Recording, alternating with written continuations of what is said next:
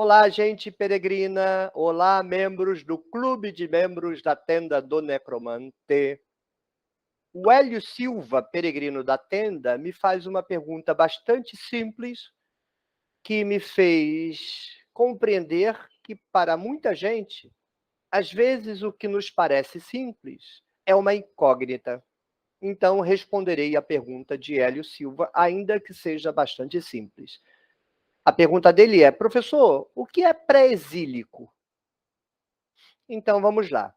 O que é pré-exílico, pós-exílico e, obviamente, então, o que é exílico? Bem, exílico é uma palavra, um adjetivo, que se refere a exílio. Então, tem um exílio, tudo que disser respeito ao exílio é exílico.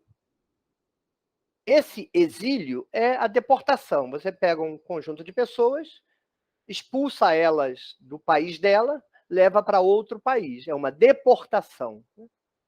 Então, quando você simplesmente expulsa, cada um vai para onde quiser, você fala de expulsar. Quando você deporta, você tira de um país e leva para o outro, aí é deportação ou exílio. Esse exílio é o que aconteceu por volta de 587 a.C. É o início do século VI a.C.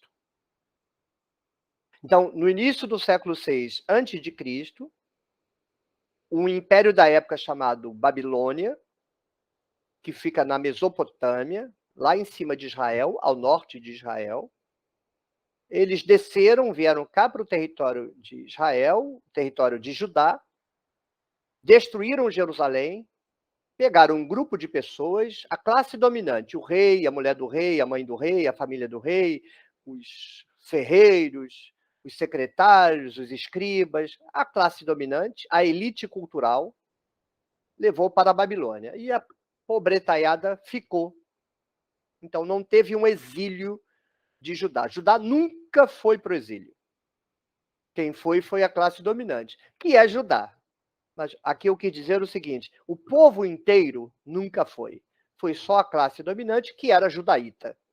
A classe dominante no sul é a classe judaíta. Pois bem, esse fenômeno histórico, esse acontecimento, é chamado de exílio. Eles foram para o exílio em 587. A Babilônia vai manter vários povos em exílio lá, sempre a elite cultural, nunca a população pobre. E de 587 a 539, eles vão ficar como escravos e súditos do Império da Babilônia. Mas em 539, um outro império conquista a Babilônia, o Império Persa, capitaneado por Ciro, o gênio político Ciro, e aí ele liberta todos os povos que estavam em cativeiro. Como muita gente já tinha se entormado, decide não ir embora, fica por lá mesmo. Muita gente ficou. É provável que menos da metade tenha ido embora. Mais da metade ficou. De todos os povos que estavam em cativeiro. A vida deles não era ruim. No final do século VI, 520, ou seja, 20 anos depois, um grupo decide vir. Tem alguns teóricos que falam que não eram judeus, eram persas. Outros já falam que eram judeus. Não vamos entrar aqui em discussão. Para mim, eram judeus. Eles retornam para a Babilônia. Aí acaba o exílio. Então, quando a gente fala de exílio, a gente está falando basicamente do século VI. Porque eles foram para a Babilônia em 587, início do século, e só voltaram em 520, no final do século. Então, praticamente, o século inteiro é o século do cativeiro, o século do exílio. Então, o século VI é um século especial. Tudo o que aconteceu antes desse século VI, antes desse período de cativeiro, é algo que aconteceu antes do exílio. Tudo o que aconteceu depois desse século VI, então século V, IV, III, II, aconteceu depois do exílio. Então, antes do exílio, século VII, século VIII, século IX, porque antes de Cristo você vai somando para trás, né? Depois de Cristo você soma para frente, e antes de Cristo você soma para trás. Então, Jesus está aqui. Aí, antes de Jesus, século I, II, III, IV, V. Depois de Jesus, século I, II, III, IV, V. É invertido, né? Você inverte. Então, você está aqui no século VI, 5, 4, 3, 2, depois do exílio. 7, 8, 9, 10, antes do exílio. Como a gente chama, então, tudo o que aconteceu antes do exílio? De pré-exílico. E o que aconteceu depois do exílio? De pós-exílico. Então, vamos lá. Davi, personagem, não os textos. Davi, pré-exílico. Abraão, pré-exílico, personagem, não os textos. Os profetas, pré-exílio. Agora, tanto alguns textos quanto personagens. Segundo templo de Jerusalém, pós-exílico. Daniel, pós-exílico. Malaquias, pós-exílico.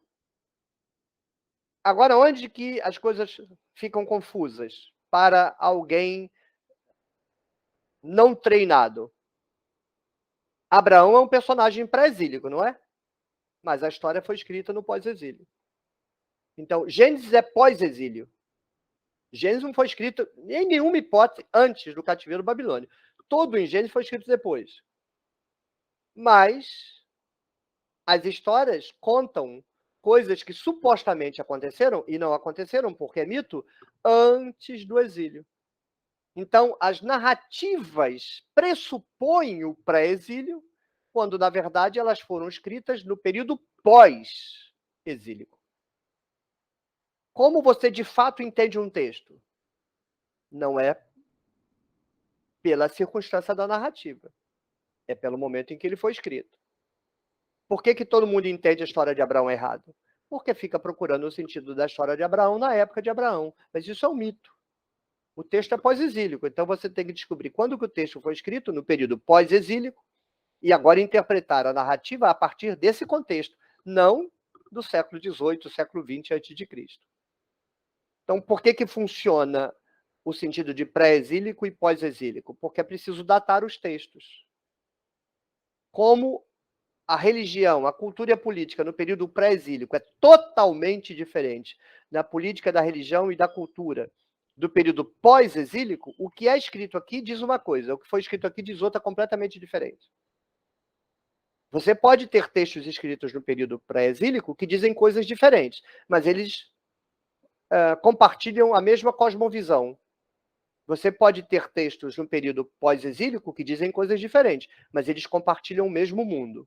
Agora, um texto do pré-exílico não tem nada a ver com o texto do pós-exílico. São de quase povos diferentes, com certeza religiões diferentes, cultura diferente, política diferente, tudo diferente. Só é o mesmo povo.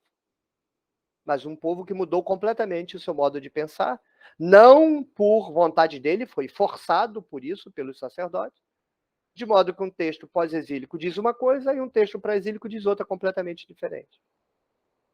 Tá claro? Espero, Hélio, ter esclarecido. Então agora você já sabe. Pré-exílio, algo que aconteceu de verdade no período pré-exílico. Pós-exílico, algo que aconteceu de verdade no período pós-exílico. E a maior parte dos textos da Bíblia, cuja história se situa no período pré-exílico, na verdade foi escrito no período pós-exílico. É uma retroprojeção. Assista agora o vídeo, o que é retroprojeção. Caiu aqui de paraquedas?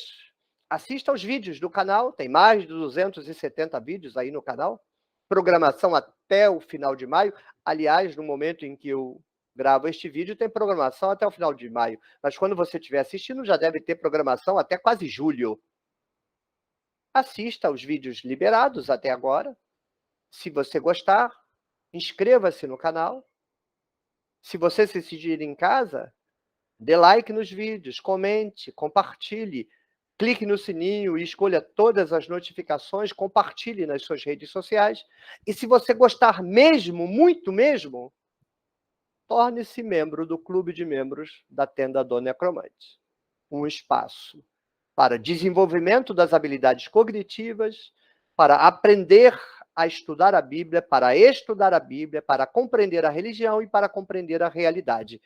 Um canal de divulgação de pesquisa e de ciência relacionada à Bíblia. Tchau, tchau, até o próximo vídeo.